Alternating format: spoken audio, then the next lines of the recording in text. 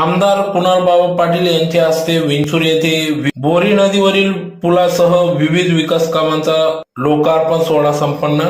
याबाबत वृत्त असे की आमदार कुणाल पाटील यांच्या विशेष प्रयत्नातून मंजूर करण्यात आलेले 10,81,00,00,000 रुपये खर्चाच्या विविध विकास कामांचं लोकार्पण व भूमिपूजन आमदार कुणालबाबा पाटील यांच्या हस्ते करण्यात आले। यावेळेस विंचूर येथील बोरी नदीवरील नवीन पुलाचे देखील लोकार्पण करण्यात आले।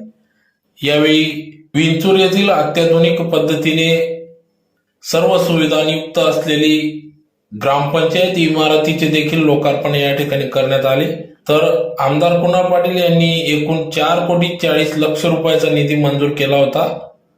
धुळे ग्रामीणचे आमदार कुणाल पाटील यांच्या प्रयत्नातून मंजूर करण्यात आलेल्या विविध विकास कामांचे विंचूर तालुका धुळे या ठिकाणी आज दिनांक 23 जुलै 2024 रोजी विविध विकास कामांचा